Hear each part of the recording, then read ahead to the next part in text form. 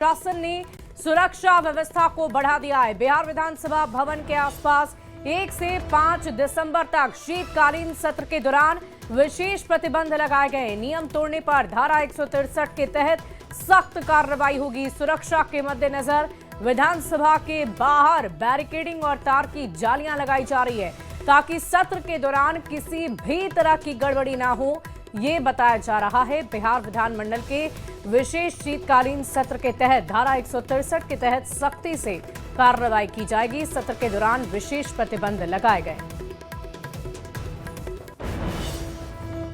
1 दिसंबर से बिहार विधानसभा का सत्र जो है उसकी शुरुआत हो रही है और उससे पहले निषेधाज्ञा जो है वो लागू कर दी गई है।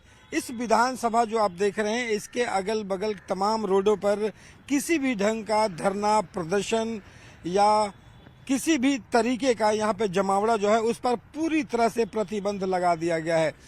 यहाँ पे जिला प्रशासन ने नोटिस जारी कर कहा है कि यहाँ पे 1 तारीख से लेकर के 5 तारीख तक जब सत्र चलता रहेगा तो इन तमाम इलाकों में कोई भी राजनीतिक दल हो, कोई संगठन हो या फिर व्यक्तियों का जो समूह हो, किसी भी ढंग से धरना प्रदर्शन जो है वो नहीं कर सकते हैं। यहाँ तैयारियां जरा देखिए, यहाँ पे जो गेट है वो बनाए जा रहे हैं, तो यहाँ पे बैरिकेडिंग की जा रही है। जो तार की जो जालियां हैं वो भी यहाँ पे लगाई जा रही है। सुरक्षा के व्यापक इंतजामात जो हैं वो किए जा रहे हैं और पूरी तरह से रूट को भी जो है वो पूरी तरह से यहाँ पे बदला गया है और बताया गया है कि अगर इस अवहेलना की गई, अगर इन तमाम बातों का जो जिला प्रशासन ने जो निर्देश जारी किया है उनका अगर निर्देशों का पालन नहीं किया जाएगा तो दंड संहिता जो है 163 के तहत जो है वो सख्त कार्रवाई जो है वो की जाएगी। विधानसभा का सत्र जो है वो 1 तारीख से चलकर 5 तारीख तक शुरू होना है। नई सरकार बनी है, वहाँ पे स्पीकर का चुनाव होना है, तमाम जो लोग हैं वो यहाँ पे शपथ लेंगे, तो तमाम कार्रवाइयाँ जो हैं वो उचित ढंग से पूरा हो सके इसे लेकर के सख्ती जो है वो बरती जा रही है। कैमरा पर्सन सुबोध के साथ रवि एस नारायण, न्यूज़ 18 पटना। और इस बीच एक बड़ी खबर का रुख करेंगे। आज आरजेडी विधायक दल की बैठक होनी है। तेजस्वी यादव के आवास पर यह बैठक होगी। नवनिर्वाचित सभी विधायक इसमें शामिल होंगे। विधानसभा सत्र को लेकर रणनीतियां बनाई जाएंगी। बड़ी खबर आपको बता रहे हैं, आज आरजेडी की तरफ से विधायक दल की बैठक रखी गई है। तेजस्वी यादव के आवास पर इस बैठक को रखा गया है जिसमें नवनिर्वाचित सभी विधायक शामिल होंगे। विधानसभा सत्र को लेकर आगे की रणनीति तैयार की जाएगी। और आपको बता दें कि विधानसभा का विशेष शीतकालीन सत्र 1 दिसंबर से शुरू होने जा रहा है, जिसको लेकर विपक्षी दल भी बड़ी तैयारी कर रहे हैं और इसी तैयारी के मद्देनजर पहले ये बैठक रखी गई है। सत्र के दौरान किन किन बातों को लेकर चर्चा करनी है, इसको लेकर रणनीति बनाई जाएगी। तो विधानसभा सत्र को लेकर बनेगी रणनीति। बड़ी खबर आपको बता रहे हैं, आज आरजेडी विधायक दल की बैठक होनी है। तेजस्वी यादव के आवास पर यह बैठक होगी। ये बैठक कई मायनों में महत्वपूर्ण बताई जा रही है। मजबूत विपक्ष के तौर पर सदन में किन विषयों को लेकर जाना है, किन विषयों पर चर्चा होनी है, इसको लेकर रणनीति तैयार की जा रही है और इसी के मद्देनजर आवास पर यह बैठक रखी गई है। और इस पूरी खबर के जानकारी के साथ न्यूज़ 18 संवाददाता Ravi S Narayan phone line पर हैं। रवि, क्या जानकारी है, कब बैठक शुरू होगी, बैठक में कौन कौन मौजूद होगा और साथ ही साथ ये भी बताइए कि क्या अहम रणनीति बनाई जा सकती है विपक्ष की तरफ से? देखिए, इस जो विधानसभा का चुनाव हुआ है उस नतीजे के बाद शीतकालीन सत्र जो है विशेष अधिवेशन जो है उसकी शुरुआत हो रही है, जहां पे विधानसभा में चुने जाएंगे और तमाम लोग शपथ भी लेंगे। तो इस हार के बाद पहली बार जो है आरजेडी अपने विधायकों के साथ विधायक दल की बैठक बुला रही है, क्योंकि संख्या बल इस बार जिस तरीके से आरजेडी के पास है और तमाम विपक्ष के पास है, सिर्फ 25 विधायक जो है आरजेडी के जीते हैं, लेकिन इस संख्या बल के साथ ही विधानसभा में कैसे मजबूती से विपक्ष की आवाज उठानी है और किन रणनीतियों के तहत विधानसभा में कार्रवाई में भाग लेना है, इन तमाम बातों पर आज जो है वो बैठक होगी। और ये 1 पोलो रोड जो तेजस्वी आवास है वहां पे ये बैठक लगभग 12:30 बजे शुरू होनी है और माना जा रहा है कि तेजस्वी यादव जो हैं वो खुद इस बैठक का जो है वो अध्यक्षता करेंगे। फिलहाल तेजस्वी यादव दिल्ली में है, लेकिन कब तक वो पटना पहुंच सकते हैं। और इस बैठक में तमाम विधायकों के साथ रणनीति बनेगी और विधानसभा सत्र से पहले तमाम विपक्ष एकजुट होकर सरकार के खिलाफ हल्ला बोलने के लिए तैयारी करेगी। जी। चलिए, बहुत शुक्रिया हमारे साथ जुड़ने के लिए रवि। तमाम जानकारी के लिए इस पूरी खबर पर आप लगातार नजर बनाए रखें।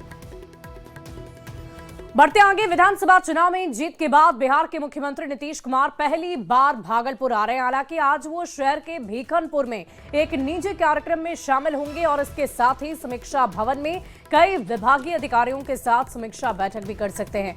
बैठक में प्रशासनिक मामलों पर चर्चा होगी। मुख्यमंत्री के आगमन को लेकर जिला प्रशासन और पुलिस पूरी तरह से अलर्ट मोड पर है। मुख्यमंत्री के आगमन को लेकर जिला प्रशासन और पुलिस प्रशासन पूरी तरह से अलर्ट है। हवाई अड्डा मैदान में हेलीपैड बनाया गया है और अधिक जानकारी दे रहे हैं न्यूज 18 संवाददाता विकास कुमार सिंह।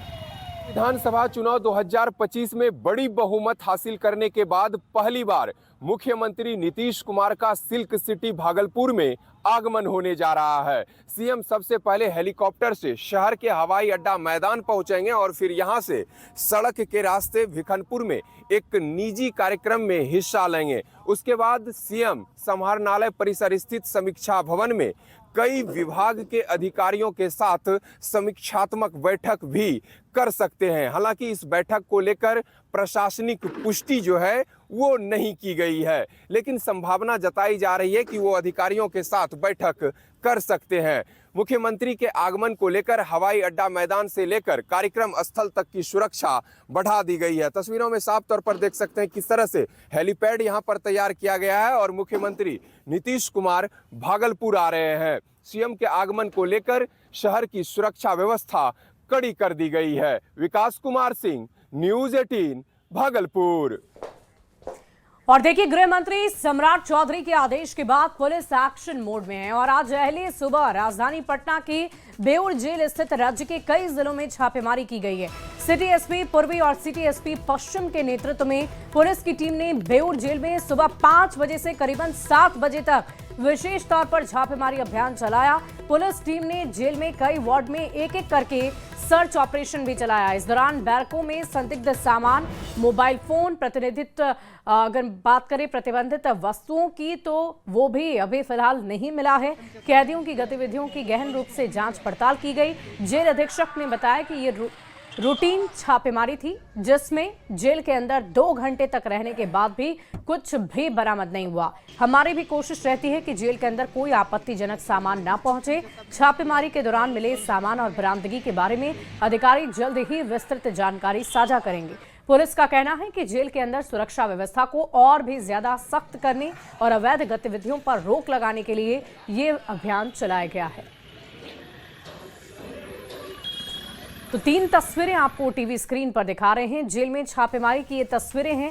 बेउर जेल की तस्वीर, केंद्रीय कारागार की तस्वीर और मंगल कारागार की तस्वीर भी हम आपको दिखा रहे हैं। बाढ़, पूर्णिया और पटना की ये 3 तस्वीरें हैं जहां आप देख पा रहे होंगे सुबह सुबह अहले सुबह पुलिस की टीम जाती है, छापेमारी करती है। लेकिन फिलहाल अच्छी बात ये रही कि वहां पर कुछ भी बरामद नहीं हुआ है।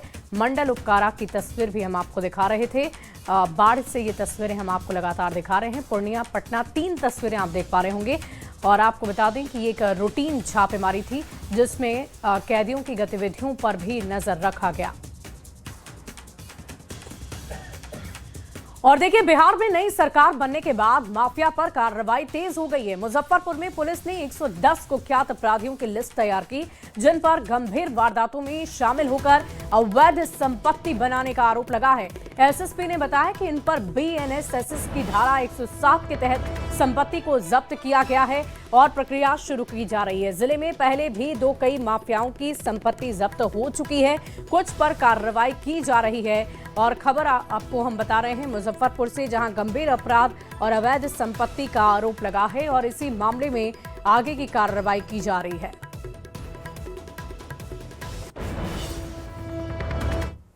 हम लोगों ने 110 ऐसे अपराधी का हम लोगों ने आइडेंटिफिकेशन किया है जो जिनके द्वारा अपराध के द्वारा संपत्ति अर्जित की गई है। उसको 107 बीएनएसएस के धारा के तहत हम लोग संपत्ति जब्त करने के लिए माननीय न्यायालय में आवेदन समर्पित कर रहे हैं। हम लोगों ने लगभग 20 ऐसे अपराधियों का समर्पित ऑलरेडी कर दिए हैं माननीय न्यायालय में, जिसमें से 2 ऐसे अपराधी हैं जिनका संपत्ति जब्त करने के लिए माननीय न्यायालय के द्वारा पिछले 3-4 महीना पहले ऑर्डर भी हो चुका था। बिहार में अब कुख्यात माफियाओं की खैर नहीं।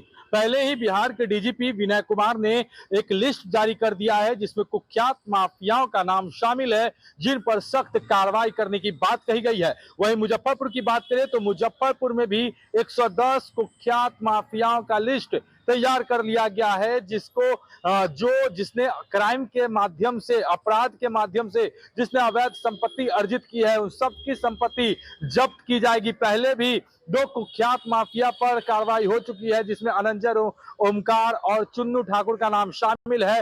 वहीं एसएसपी सुशील कुमार ने बताया है कि अब 110 अन्य माफियाओं का भी नाम फाइनल कर लिया गया है, लिस्ट तैयार है और उन सब के खिलाफ बड़ी कार्रवाई होगी।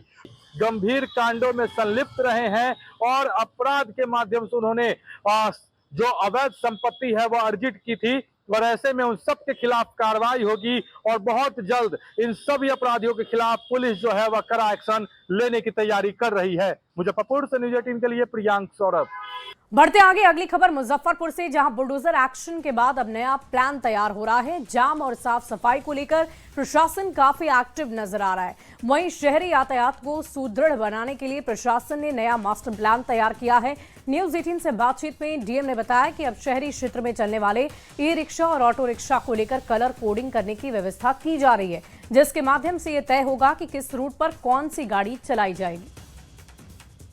मुजफ्फरपुर शहरी क्षेत्र में लगातार जाम की समस्या बनी रहती है और बीते कुछ दिनों से इसको लेकर सरकार ने एक कड़ा एक्शन लिया है और हाल के दिनों में लगातार बुलडोजर वाली कार्रवाई चल रही है। ऐसे में मुजफ्फरपुर के जिलाधिकारी सुब्रत सेन हैं। सर, इन दिनों जाम को लेकर क्या कुछ व्यवस्थाएं की जा रही है? क्योंकि बुलडोजर वाली कार्रवाई तो हो रही है अतिक्रमणकारियों पर, लेकिन जिस तरीके से हर चौक चौराहे पर जाम लग रही है, इसको लेकर आगे क्या कुछ करें? जाम को लेकर के अतिरिक्त पुलिस बल भी हम लोगों ने लगाया है और लगातार टीम जो है वो निकल रही है विभिन्न मार्गों पर और अतिक्रमण हटाने का काम हम लोग कर रहे हैं। साथ साथ लोगों को जागरूक भी कर रहे हैं, बता भी रहे हैं कि इससे आपको ही समस्या आगे झेलनी पड़ेगी। तो ये अतिक्रमण हटाने की कार्रवाई हम लोगों की लगातार चलती रहेगी। दूसरा, जो ऑटो और ई रिक्शा है उसकी कलर कोडिंग हम लोग करा रहे हैं, उनके लिए रूट निर्धारित हम लोगों ने कराने का काम शुरू कर दिया है और इसमें काफ़ी अच्छा सहयोग जो ऑटो और ई रिक्शा के जो संघ हैं उनके प्रतिनिधियों का भी मिल रहा है। नगर आयुक्त की अध्यक्षता में एक कमेटी बनी है जिसमें city SP, traffic DSP, SDO, दोनों एसडीपीओ, डीटीओ सभी लोग हैं। ये प्रस्ताव हम लोग जल्दी ही लेकर के प्रमंडलीय आयुक्त महोदय से अनुमोदन हम लोग प्राप्त करेंगे और हम लोग जो है ऑटो ई रिक्शा के लिए रूट निर्धारित कर देंगे कि कौन सा ऑटो, कौन सा ई रिक्शा किस रूट पर चलेगा और अतिक्रमण हटाने की कार्रवाई लगातार चलती रहेगी। लोगों से भी मेरी अपील है कि अनावश्यक रूप से अतिक्रमण करके ट्रैफिक जाम की समस्या को बढ़ाने की दिशा में कोई भी प्रयास कोई भी व्यक्ति ना करे। हम लोग जो है विभिन्न रूटों पे संख्या ऑटो और ई रिक्शा की तय कर देंगे और उन्हीं निर्धारित रूटों पर ऑटो ई रिक्शा का परिचालन होगा। अगर रूट को डाइवर्ट करके वो अगर परिचालन करेंगे तो फिर उन पे हम लोग फाइन भी जो है वो लगाएंगे। तमाम ई रिक्शा और जो ऑटो रिक्शा है उनके लिए एक रूट तय किया जाएगा और उसी रूट पर वो गाड़ियां जो है चल सकेगी, जिसकी वजह से जाम की समस्या से काफी हद तक निजात मिलेगा। मुजफ्फरपुर से न्यूज 18 के लिए प्रियांक सौरभ। और इस बीच एक बड़ी खबर का रुख करते हैं। पटना से बड़ी खबर आ रही है, जहां शास्त्री नगर एजी कॉलोनी स्थित एरिस होटल में रिंग सेरेमनी के दौरान एक हादसा हो गया। क्षमता से अधिक लोग लिफ्ट में चढ़ गए। अचानक ये लिफ्ट नीचे गिर जाती है, जिसमें 4 लोग घायल हो गए हैं। आपको बता दें कि घायल 70 साल के बुजुर्ग नरेश राय की स्थिति काफी गंभीर बताई जा रही है। बता दें कि होटल की लिफ्ट क्षमता सिर्फ 3 लोगों की थी और अधिक लोग के चढ़ने से यह हादसा हुआ। फिलहाल पुलिस मामले की तफ्तीश कर रही है कि आखिर यह हादसा हुआ कैसे।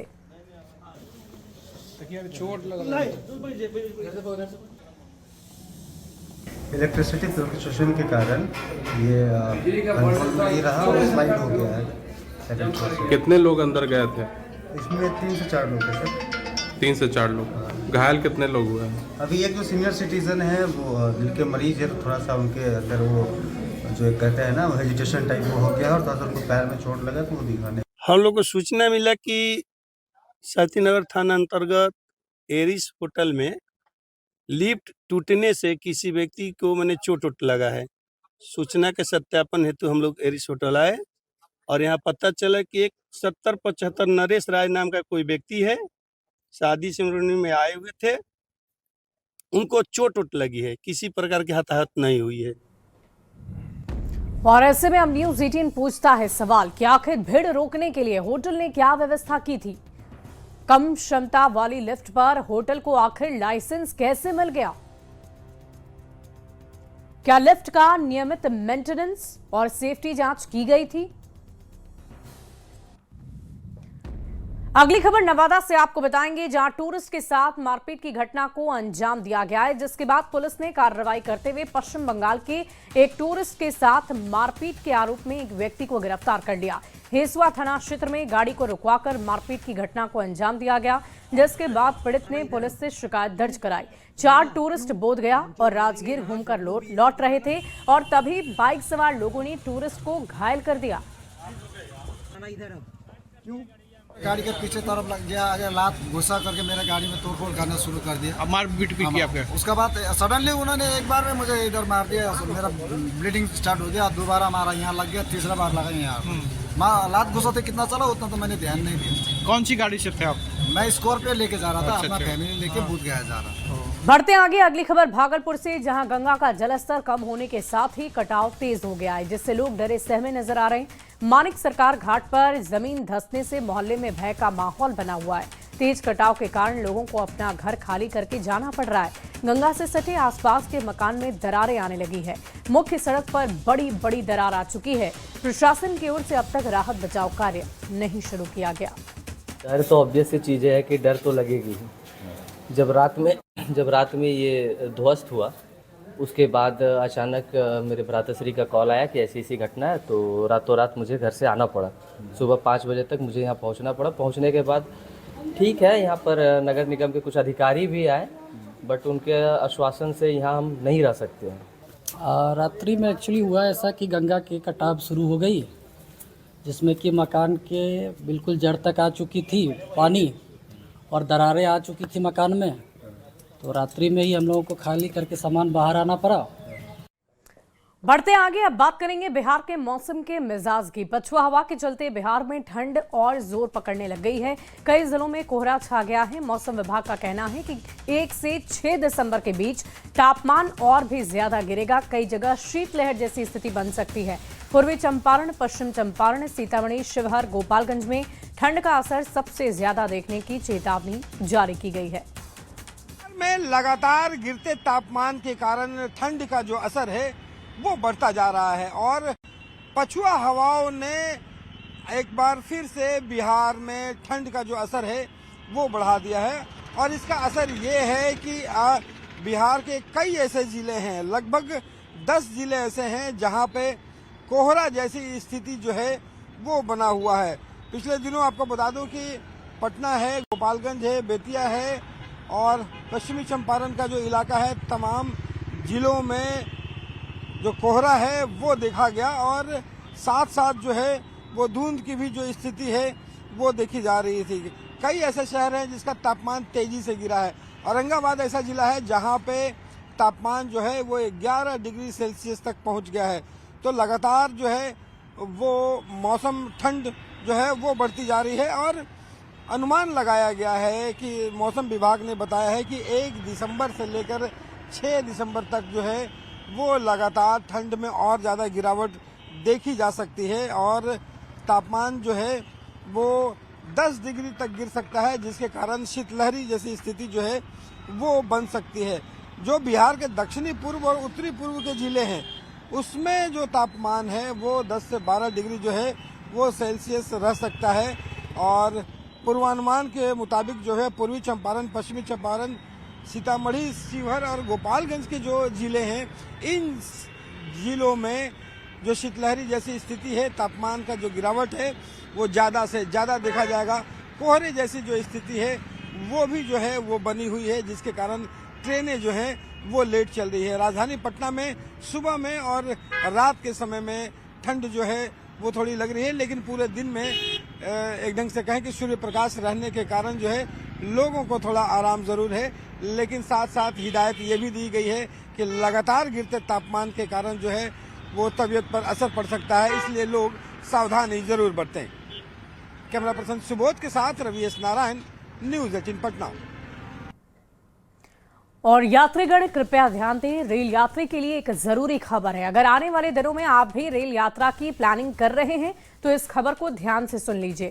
दरअसल कोहरे के कारण रेलवे ने यात्रियों की सुरक्षा को देखते हुए कई ट्रेनों को रद्द कर दिया है, परिचालन नहीं हो रहा है। घने कोहरे की आशंका के बीच मालदा डिवीजन की कई ट्रेनों का परिचालन अस्थायी रूप से रोक दिया गया है। भागलपुर दिल्ली गरीब रथ एक्सप्रेस दिसंबर, जनवरी और फरवरी में कई दिनों तक रद्द रहेगी। मालदा नई दिल्ली न्यू फरक्का एक्सप्रेस भी 6 दिसंबर से 28 फरवरी तक बंद रहेगी।